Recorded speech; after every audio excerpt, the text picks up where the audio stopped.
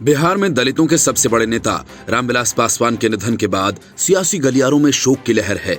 बिहार विधानसभा चुनाव से ठीक पहले पासवान के निधन से एलजेपी को बड़ा झटका लगा, लेकिन सियासी तौर पर सबसे ज्यादा झटका जेडीयू को लगा, जिसके खिलाफ एलजेपी मैदान में ताल ठोक रही है। अपने सबसे बड़े नेता के पक्ष में बिहार के दुसाध वोटर्स एकजुट होकर वोट डाल सकते हैं, और यही बात नीतीश कुमार के लिए खतरे की सबसे बड़ी घंटी है। इस बीच केंद्रीय गृह मंत्री अमित शाह ने पासवान को श्रद्धांजलि देते हुए एक ऐसा बयान दिया जिसके कई सियासी मायने निकाले जा रहे हैं। बिहार की राजनीति में पासवान सभी वर्गों के नेता माने जाते थे। अगड़े, पिछड़े और दलितों के बीच उनकी बराबर की पैठ थी। रामविलास पासवान ने बेटे चिराग को पार्टी की जिम्मेदारी दे दी थी। चिराग ने बिहार चुनाव की घोषणा से पहले ही जेडीयू और नीतीश कुमार पर जमकर हमला बोला और एनडीए से अलग होकर चुनाव लड़ने का ऐलान कर दिया। माना जा रहा है कि त्रिकोणीय संघर्ष में सबसे ज्यादा नुकसान जेडीयू को होगा। विश्लेषकों के अनुसार एलजेपी एनडीए के वोट बैंक में सेंध लगा सकती है।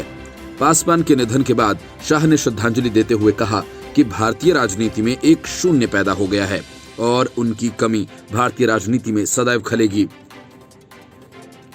उन्होंने ये भी कहा कि मोदी सरकार उनके बिहार के विकास के सपने को पूरा करने के लिए प्रतिबद्ध रहेगी।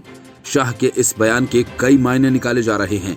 कहा जा रहा है कि शाह के बयान से सीएम नीतीश कुमार के लिए ये एक बड़ा संदेश भी है।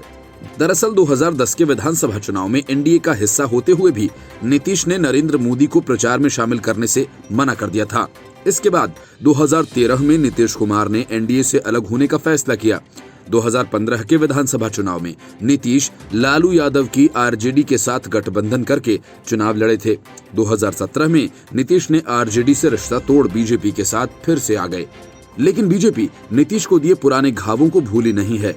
पासवान के निधन के बाद पीएम नरेंद्र मोदी और शाह के बयानों को सीएम नीतीश के लिए संदेश के तौर पर देखा जा रहा है।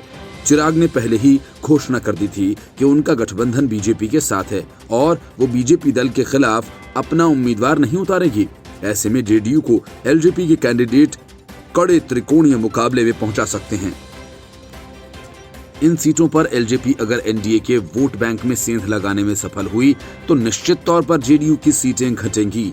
वहीं 110 सीटों पर चुनाव लड़ रही बीजेपी के लिए हालात उतने मुश्किल नहीं होंगे, क्योंकि इन सीटों पर एनडीए के वोट बैंक के साथ साथ एलजेपी का वोट भी उसे मिल सकता है।